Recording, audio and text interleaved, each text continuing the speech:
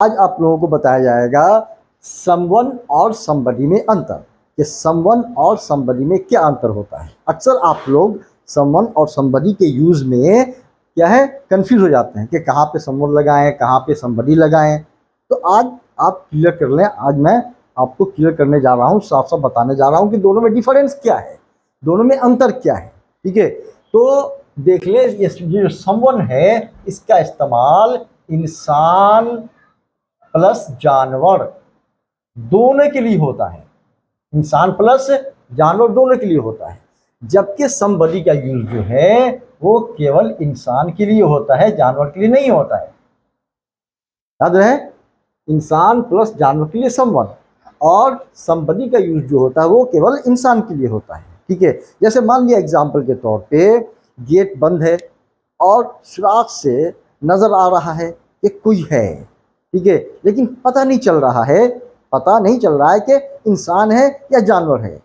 तो वहां पर क्या बोलेंगे, वहां पर बोलेंगे there is someone, there is someone outside, there is someone outside, क्योंकि वहां पे पता नहीं चल रहा है कि कौन है, इंसान है या जानवर है, लेकिन कोई है ये इतना देखने में पता चल रहा है सुराख से। ठीक है, लेकिन कंफर्म नहीं है कि इंसान है कि जानवर है, तो वहां पर लगाएंगे someone, there is someone outside है।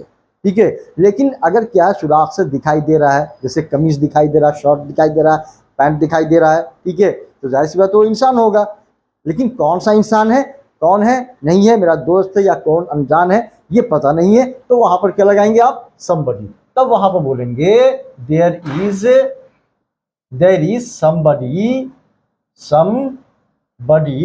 outside, there is somebody outside, there is somebody outside। अब मान लिया एग्जाम्पल के तौर पे किसी के आने की आहट आ रही है, किसी के आने की आहट आ रही है, लेकिन वो इंसान है कि जानवर है ये पता नहीं है, ये पता नहीं है। तो वहां पर क्या बोलेंगे कि someone is coming, क्या बोलेंगे, someone is coming, कोई आ रहा है, someone is coming, लेकिन पता नहीं कि इंसान है कि जानवर है, तो वहां पे क्या लगाया, someone। लेकिन कोई आ रहा है इतना अंदाज है कि वो इंसान ही है, जो आ रहा है वो इंसान ही है, तब वहां पर बोलेंगे somebody is coming, somebody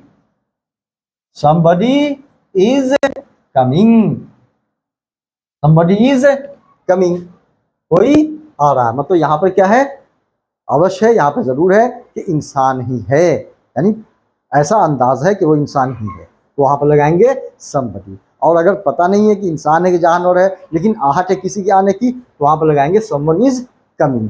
तो ये डिफरेंस था someone और somebody में। याद रखें, someone का इस्तेमाल आप कहाँ करेंगे, इंसान या जानवर में कंफ्यूजन है वहाँ पर।